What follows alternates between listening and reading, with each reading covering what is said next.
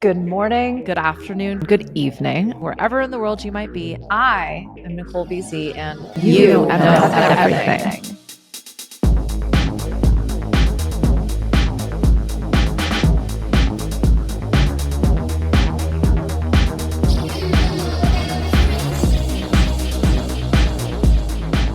Ahoy, hoy. I used to say I answer all the phone calls like that. It's an old Simpsons reference for all of y'all that were born, in this millennia. I'm dating myself out the gate. Hi, look, I have lights. I have showered. I have not done hair. So for those of you who aren't watching, thank you. I appreciate you. And for those of you who are, this is me doing my best. You can hear it in my voice. I have rounded the corner of hurricane disaster. For anyone paying attention, I'm recording this in November of 2024. The end of days is nigh. I experienced quite a bit. I am currently in a national disaster zone, which is very much still, I would say, alive and well. It's more like dead and zombified, but we're taking it 1 hour at a time. I've to no aid from any federal or state or local resources managed to find 2 displaced families to house. So that perhaps is aiding to my enlivenment. I like, being able to make things happen, and I haven't been able to do shit for a few months now after my mom's funeral and then the hurricane. But enough about me. This episode is for you. And I like to riff on the things that have been happening. And this one's been floating around for a long time. I'm going to get the housekeeping out of the way. If you want to stay up to date week to week outside of these podcasts that tend to get recorded and then released far into the future, The Loop, my newsletter, is the best place to do that. The sign-up link is in the show notes. I'm also currently making all of my online resources available to anyone who could possibly benefit from them. So I'm doing this because there's people in my community that could really use these resources. You could really use these resources. Someone you know could really use these resources. I could really use these resources. And if you're asking, well, how do we create a balanced exchange around that? I encourage you to review this episode or this podcast, to share those resources with somebody, to give to one of the Western North Carolina organizations that I will also post and link to in the show notes, and to just, do something nice for somebody else, pay it forward. If you celebrate the holiday, tomorrow is Thanksgiving here, and I totally get it if you do or don't. No judgment, which is actually a beautiful segue into this particular episode, which, by the way, I am under the gun to get done. So if this sucks, I'll re-record it. If I don't have the time to re-record it, you will be hearing this awkward introduction. You're welcome. Thank you for being here. I suppose you opted in. So at any point, I encourage you to opt out of this particular one if I didn't get the opportunity to re-record. Or maybe it won't suck. We'll see. Judgment. But importantly, around a term that I think we throw around pretty regularly, like it's objective. So I've titled this episode, I think, Unhealthy Judgment, because healthy, air quotes, tends to come from a place of standard, right? And I have observed what I would have qualified as incredibly unhealthy behavior in myself over the last few weeks/months. And when I take this to a medical practitioner or a psychological expert or my friends and family, I am told that's what healing looks like. Okay. So this has really forced me to do a bit of a deeper dive, because I think as a business owner, as a professional, as a family member, as a friend, as a relation, as a do-gooder, as a change maker, as a social justice warrior, whatever identity you might be attached to, or perhaps the multitude of roles and responsibilities to which you have an identity in your life, you probably have an assumed definition of healthy. One of the reasons I think about this so often is we're going to talk a lot about, I think, the most common categories of health for sure. But what I hope you gain from this particular episode, and firstly, the 4 main places we're using health as a judgment call, why this is actually a problem, and how it can be inherently damaging, not just for those that you might be judging, but more importantly, that judgment is coming from somewhere, AKA yourself. And when we're operating from a place of the binary, I'll talk about this as level 2. If you don't know what I'm talking about, go listen to my Energy Leadership Index podcast episodes. When we judge someone from a place of the binary, there's a right, wrong, winner or loser, better or worse, we're ignoring the fact that this is always a multiple choice test, right? That there are nuances and layers. And not only that, but constant is the only change. You, my friend, are constantly changing, let alone your world, let alone your situation, let alone everyone around you. And so what might appear as healthy in one moment could be very unhealthy in another.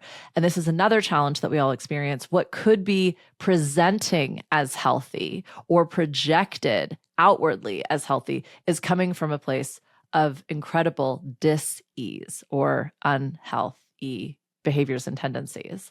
So lastly, as per usual, we'll talk about what I consider to be 3 very powerful reframes and just ways to check in. Firstly, to ensure where you're coming from, but then secondly, to give anyone the opportunity to also check in and understand where they are at and what it is they are seeking. And if the behavior or the words or the activities are aligning with what it is that they want in the first place. With that, thank you very much. Let's talk about health because it is not as objective as we would like to believe. And when you think about healthy, and maybe take a moment, hit pause or reply to this on whatever platform you're looking at, put down the phone, put down the vacuum. Maybe pull over, you're busy. I get it. But at least give yourself a moment to ponder. What does healthy mean to you? How do you know when you're being healthy, air quotes again, for those not watching? And if you're anything like me, you've been going through a pretty rough time. And so perhaps some behavior, sleep is a big one for me. Sleep can absolutely be a major depressive episode. It can also just be rest and rejuvenation. It can also be like a really powerful reset. So the point being, what is some behavior that you may have labeled as unhealthy in the past or present that could actually be very healthy, depending on what it is you're going through? You know me, I do believe we're all wired differently. And as an example, I can't take a nap to save my goddamn life. And I envy those that can. Recently a friend visited me and he took a nap at like 5 p.m. And I was like, bro, how are you ever going to sleep tonight? Dude went to sleep at like 9 p.m. And so again, I was judging. This is unhealthy. Why are you doing this? And he's living his own damn life and living his best life, if I might add. The kicker is that these judgments could actually be sabotaging your health, your well-being, the whole point, right? And so today we're going to pull back the curtain on the concept of health, especially as it is an inherent judgment call. Reveal the hidden traps, especially when we think about fitness, nutrition, mental, spiritual, emotional health. And you know, we're going to talk about work and productivity. So I know I've talked a lot about me in this episode, and it's probably going to continue because this is a really personal issue. I've been workshopping probably for the better half of a year due to the fact that I moved, my partner and I separated, my whole life has been like a fucking country song, right? And then like the last 8 weeks really brought it to a head. I've just been like really kind of throwing around this concept of health. And I also just went for my annual checkup, middle-aged lady check in. And it's so funny because it's a totally new doctor, again, totally moved, and got all my blood work done. And I just get a call from the PA being like, you're completely normal. Click. It's a very busy doctor's office. So the next time I went, I asked for a full printout of all of my results and a consultation on it. And the doctor just kind of like, basically anywhere I think that she thought I might be confused, filled in some blanks, but just handed me this like giant report. And so I did review it, and it is all quote unquote normal, more air quotes. And that's reassuring, I guess. But like, what is normal? Is this for any adult between the ages of 21 and 65? Is that the litmus test to which I would like to measure myself? And in doing a little bit of research, what I realized is like any data set, you need multiple points of data in order to be able to draw any conclusions. And so this was a snapshot in time. If I truly wanted to be quote unquote healthy, I would need to go repeat times. I would need to replicate that environment. So I'd need to fast. I would need to do it at the same time. I would probably need to have eaten, slept, moved, etc. Pretty similarly each time I got those test results. And obviously in statistics, we're looking for like a data set of 30. I think the doctor and research that I was doing was saying like at least 3 times, over the course of, let's say, a few weeks or even a few months, to get a real snapshot of, are these results normal? And again, normal indicates healthy, but perhaps not for me in my exact situation or for my goals. And I just thought that was an interesting example. I remember a friend of mine who does listen to this, hello, I love you, got the same blood work done, and their results were normal, but there were some indicators that potentially suggested on the path to diabetes. And looking at this person, they're gorgeous. And I just winked for those not watching at my girl. They live a very healthy lifestyle. They're out and about all the time. Their work is an active service.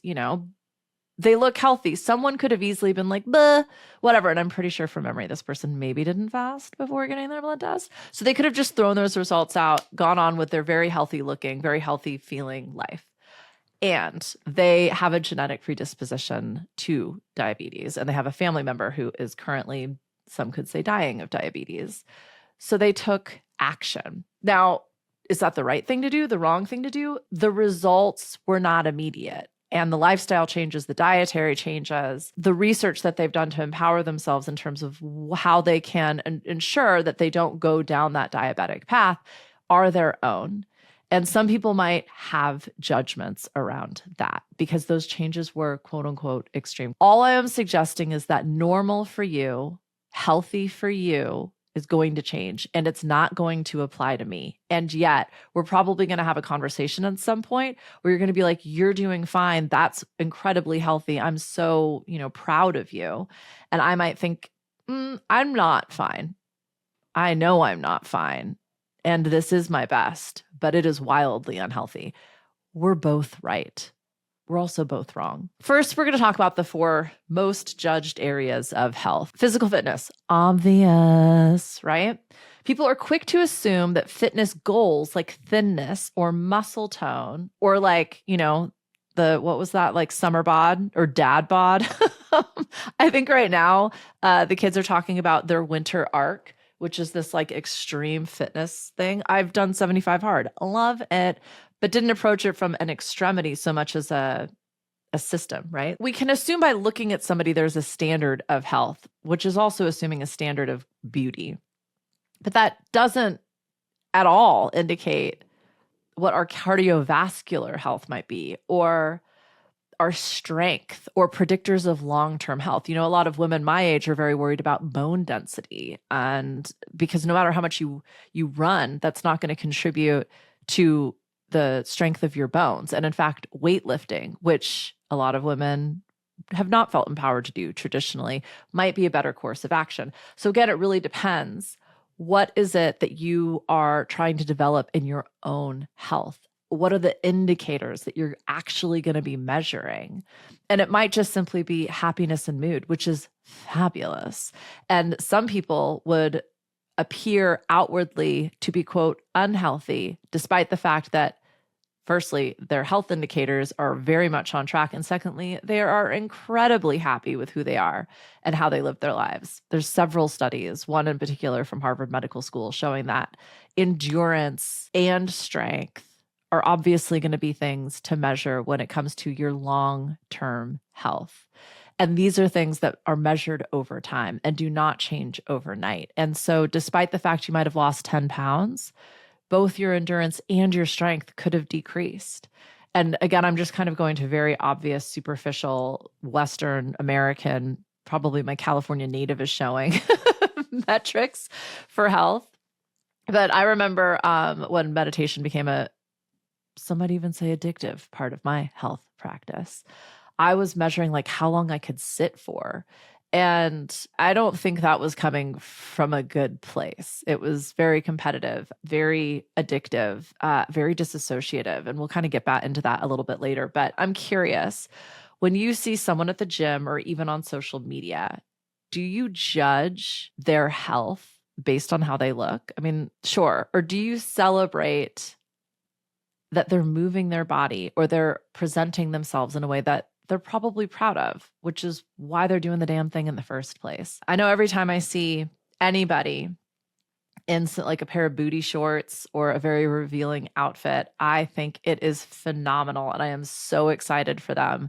And if inspired and present, I'll even do a little shout out, telling them how strong they look and how impressed I am, because I would love to carry myself like that. I always say I'd be walking around naked if I look like that. So it's just a fun way to kind of check in and just notice, where you judging outwardly, and potentially what is that inward message for you. I have one friend who I know doesn't listen to this, but she often tells me that I should dress my age, and we'll talk about legs in a way that I recognize she's probably uncomfortable with the length of my shorts or lack of length, shall we say. But this woman hasn't worn shorts in 20 years, won't wear a skirt longer than her ankles, and she's beautiful. But there is such an inherent judgment in her own physical body that she projects outwardly. And there's a complete disconnect in terms of the self-talk she's experiencing in her own head, and then essentially saying that out loud to others. And were I not so familiar with who this person is, my feelings could be hurt, right? But I've worked really hard on celebrating this beautiful body that carries me around on two legs, which is quite a freaking gift day in and day out, and enables me to spend time with this person where we can go on big, long adventures and neither of us get fatigued. That is a true celebration. So if I get my gams out and some booty shorts, you're welcome. Diet and nutrition is obviously another place where we can absolutely judge. And from, flash diets to lifestyles to keto to vegan to intermittent fasting, of which I am generally participating in one, if not all of those in any given moment. Everyone has an opinion. What's the joke? Like, how do you know when someone's vegan? Oh, they'll tell you. Nutritional science is constantly evolving, and there's no one size fits all. The American Journal of Clinical Nutrition reveals that factors like genetics, microbiome, diversity, cultural background, all significantly influences what works for someone's body. So this isn't about labeling certain foods good or bad. This was actually what really prompted me to record this episode right now. As now that like the grocery stores are back open and I've got water so I can cook, I've been like, I can't buy those cookies because they're not healthy. You know what I've wanted for like 2 weeks straight now? Just one of those big ass giant like brown sugar chocolate chip cookies, like, get in my belly. And you know what's going to happen tomorrow is I'm going to give myself this excuse to eat an unhealthy, as defined by make myself feel not good amount of food. What if I could just allow myself to do what I want? And in doing so, I probably discover like a very natural limit that doesn't feel forced or guilted upon or shamed. Like that's going to be an interesting exploration. And that feels pretty dang healthy. Even if, I'm eating a cookie that has enough calories in it for an entire day. I mean, you can hear the unhealthy judgment as I walk through this own process in myself. And I think it's really interesting when we take into account, a lot of some of the OGs that I listen to will talk about it's the shame you feel with every bite of that cookie that contributes to the dis-ease of it. And what if, I'm sure people that can eat whatever they want. Those people enjoy every damn bite. Again, this is a judgment call. This is a gross generalization. I'm going to roll with it. They enjoy every bite. When you think about the Mediterranean diet or the French diets, it's because they're not eating the whole damn croissant in 15 bites. Like they're savoring every bite, and they probably eat half the croissant or share the croissant over the course of 2 hours because that's their lifestyle, their culture. And probably a million other factors and details we'll never know because I'm not walking in some Parisian ingenue's life, but a girl can dream. So are you labeling foods as good or bad? Or do you celebrate the deliciousness and privilege that we all get anytime we get to take a bite of food? And, something one of my mentors once helped me understand as well is just bringing gratitude to every bite, like all of the work and learning and effort and science and magic that goes into every single bite of food that we eat, from the person who planted it to grew it to develop the fertilizer for it or the manufacturing process, like whatever it is. Just recognizing there is so much energy in the food that we're consuming and giving yourself just a little bit of space to play with that. I think, for a lot of us that showed up like saying grace before we ate. But what if we could bring just a little bit of space? Whether we want to call that ritual or gratitude, or just like, chewing 20 times before you swallow, whatever it is, could radically change the game. Mental health. This is obviously a tough one because the way that we handle stress or anxiety or even depression can absolutely influence what is quote unquote healthy or unhealthy, especially when it comes to eating and movement, right? The stigma around therapy and medication is real. And food or movement can 100% play into that. So despite, obvious and overwhelming evidence from the National Institute of Mental Health showing that there is a lot out there that can support us and help us, most of us, including myself, absolutely have story around getting help, getting medication, overeating, undereating, exercising. I was raised by an addict, but their addiction, well, they have a work and exercise. And these are incredibly, not just socially accepted, socially encouraged forms of addiction. This person works and continues to work into their mid-70s, 7 days a week. They've slowed down a little bit, so they're only doing like 8 hours a day, maybe 10. But my whole life, especially while I lived with them, they worked 12 plus hours a day. And then they would work out for 3 hours every day, no matter what. This resulted in injury. This resulted in time spent away from not just family, but young family. And this has affected each of their children differently. But the biggest takeaway is love is work, right? Love is not present. Love is sacrifice. Love is productivity. Love is earning it.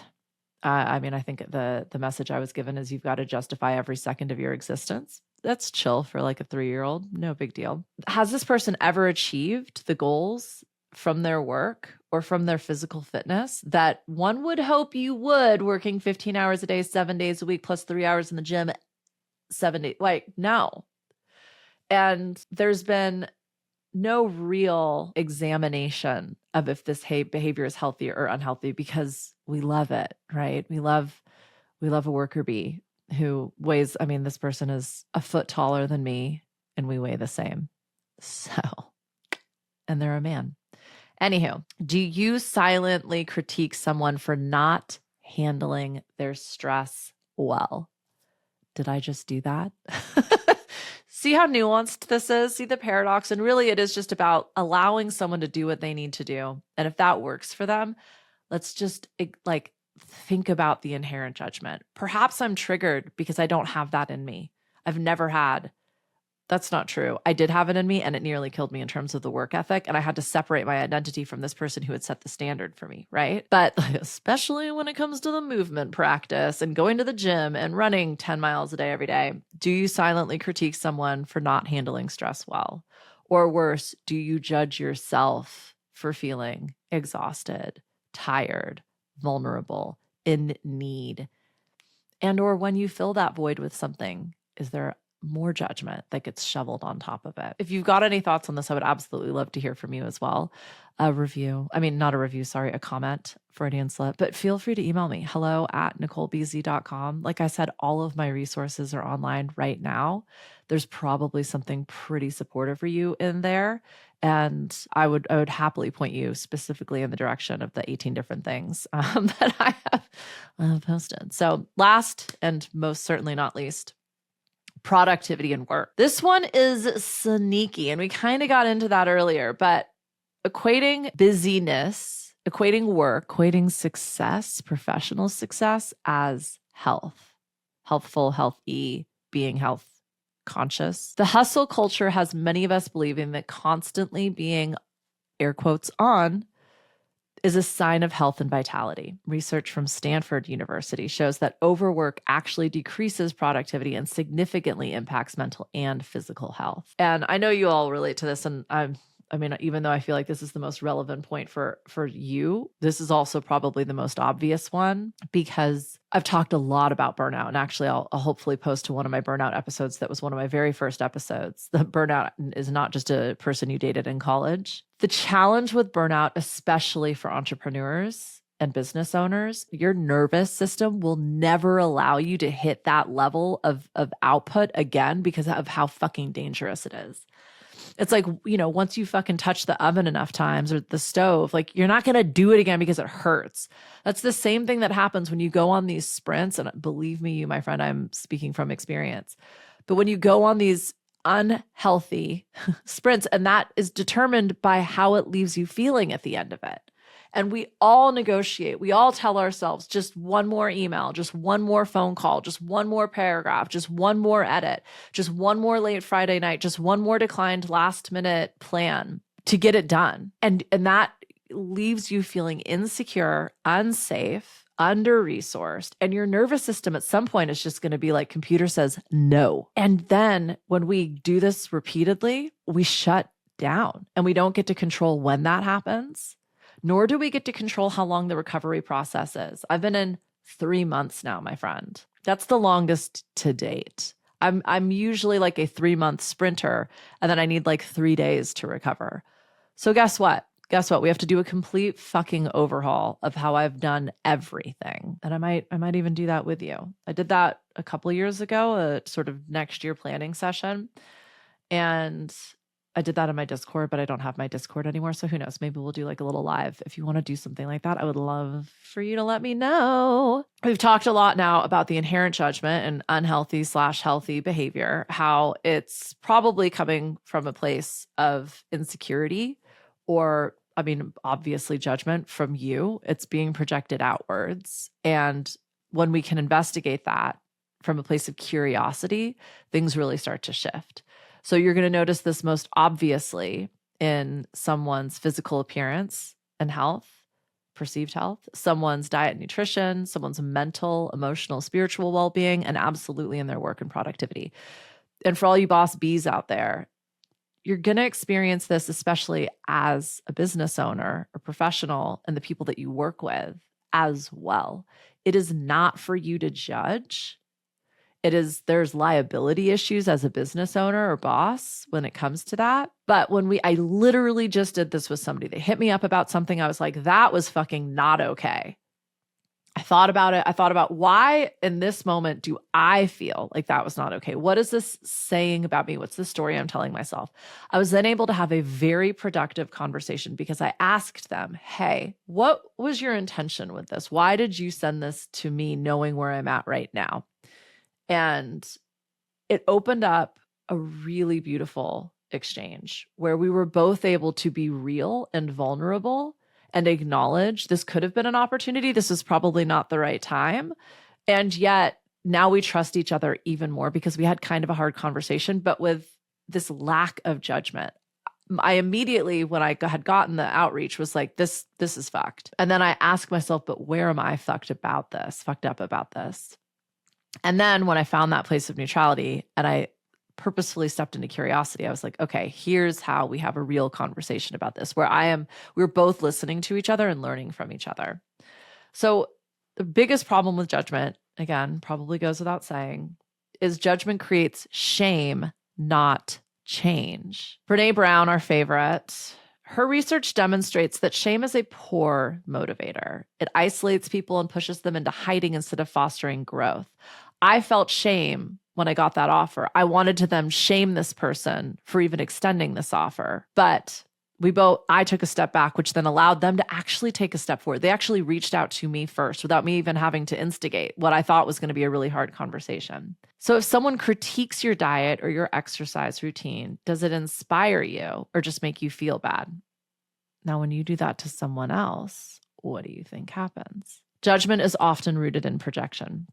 Many of the judgments we make are reflection of our own insecurities. Carl Jung called this the shadow of self. I've been reading a lot of Jung recently. For example, when you judge someone for skipping the gym or missing a deadline or canceling plans, are you really critiquing your own struggle with commitment or consistency or showing up? Judgment almost always ignores context. So no one's life is the same as yours. We know that, but no one is the same in any given moment. And where they're at today or where they're at now and where you are, my friend, will always be changing, let alone our lineage, our genetics, our culture, our socioeconomic, not just status, but like current space, our lifestyles, our priorities, let alone that, health looks different for everybody, literally and figuratively. So imagine telling a single parent working 2 jobs that they need to meditate for an hour every morning. That's not realistic. And yet we do this in like subtle little ways every day. And that's, a lot of the things that I would have been available for, or I would have qualified as healthy behavior, just kind of don't exist right now. And they really didn't exist the first few weeks of this disaster when I needed them the most. I couldn't go for a walk outside, let alone a walk in the woods. I couldn't take a hot bath or a hot shower or even drink water. Like I couldn't eat a nutritious meal. I was surviving on plastic bottled water and protein bars. And I remember someone at a volunteer site that I was working was bitching about all of the plastic water bottles. And it's like, I get that, friend, and you are correct, but not right now. Thanks. So the fact that everything is constantly changing, I always kind of go back to like Ayurveda. I'm not sure if you're familiar. It's the science behind yoga. But when I tuned into this particular area of study and discipline, it really helped me see that not only are we all wired differently, therefore diet, movement, environment are going to affect us differently and we're going to have different needs, but that changes at the very least seasonally. So like as an example, the whole point being like to create balance, right? And who we are and then how we're living our lives. So like a hot yoga practice in the middle of a hot summer is going to like be too much heat.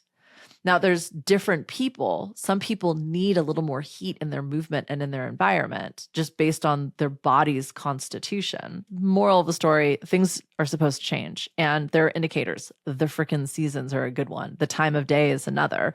But just notice, like, does this still support me? Does this still feel good for me? Is this still where I want to be? Let's talk about why this all matters, what the big takeaways are, different ways for you to think about this, hopefully no matter who you are, but again, it's never for me to tell you, you know everything, but for me to give you a couple reframes, a couple different perspectives so that you might be able to apply this area of discussion and thinking to you in order to grow and be successful. So health is cyclical, not linear. Science shows that everything from energy levels to hormone cycles to health and heart rhythms will absolutely impact the activity and what we need in our day-to-day. So instead of experiencing constant progress, you're probably going to experience it as sort of like a wave, right? Like up and down, and celebrating the breakthroughs when they come, and also recognizing there is going to be a little bit of like chop wood, carry water to this.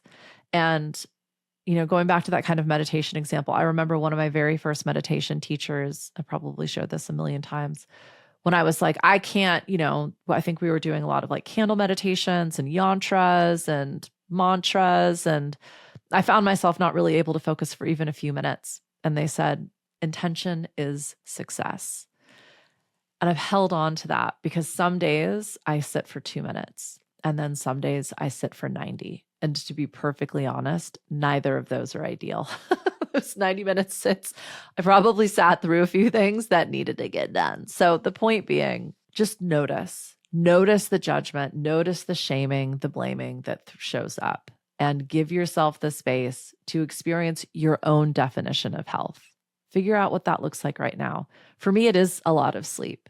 And I'm recognizing that I need to feel supported and secure because I got broken a couple months ago. And what I am now experiencing is sort of complex post-traumatic stress disorder. There's a lot of trauma that has swirled up to the surface. And the first thing my body needs is to feel safe and secure. And that might mean I'm not getting my morning run in or my morning, 2-hour sort of movement practice in. That's okay for now, right? Comparison kills curiosity. Comparing your health journey to someone else's will shut down the opportunity to learn from them or you or your body. Neuroscience proves that curiosity is a powerful motivator. So whereas Brené Brown is talking about shame and judgment actually killing your motivation, being curious, approaching this from a place of experimentation, which is one of my most favorite things to do. I have a hypothesis. I have an idea. I'm going to test it in the real world, and then I'm going to see what happens. And especially when it comes to health, that's not just going to be one activity in one moment, like getting your blood work done, right? Like I could be like, yay, I am normal. I am not normal at all. Like, I'm not going to say any more about that, but like, this is something to be implemented over time. And ultimately, it's your health and your well-being that is being tracked, and only you can say, and if you're doing things that contribute or simply detract. And it isn't a big deal. The results will speak for themselves, right? And then from there, you can course correct. And if this goes without saying, I'm going to say it. I'm going to say it loud. I'm going to say it loud for the people in the back. I'm going to say it loud and proud. Self-compassion is the health hack, the ultimate biohacking tool. The work of Dr. Kristen Neff, look her up, highlights how self-compassion reduces stress, it improves resilience, and it fosters sustainable habits. Judging yourself harshly doesn't make you stronger, it just burns you out. And goal-setting theory recognizes you need to have reachable, attainable goals that are celebrated with every step along the way. That is how you build confidence in actually achieving bigger and quote unquote better goals. Now that we've unpacked all of this, I would love to leave you with a question. How would your life change if you replaced judgment with curiosity? What would it feel like to ask yourself, what's working for me right now? What is my definition of healthy? Instead of why am I not doing better, or labeling yourself as unhealthy. The next time you catch yourself judging something as being unhealthy, just pause, take a couple breaths, ask yourself, where is this coming from? What if health isn't a competition? What if health isn't a binary? So yeah, getting curious, I think is like the big activity from this. And I can't tell you how profound just the last 24 hours have been for me, and going, okay, where is this coming from? Why? What is my intention? I've been working on that. What is the intention with this? What is the purpose? Why am I even saying these words right now? But especially when it comes to health, especially as we in the Northern it's a holiday season for a lot of people. Even if you don't participate in the holidays, we're going to be engaging in activities that might be out of our quote unquote normal. And it's a fabulous place to experiment and to get curious. So thank you. Thank you for sticking with me on this one. This felt like, God damn, this just felt so good to actually have an idea and to be able to then tease it out and do a little bit of research and, take a shower. My hair, look, it's fine. Everything's fine. It's healthy. Yeah, you know where to find me. You know all the things. You know what to do. You know everything. I love you.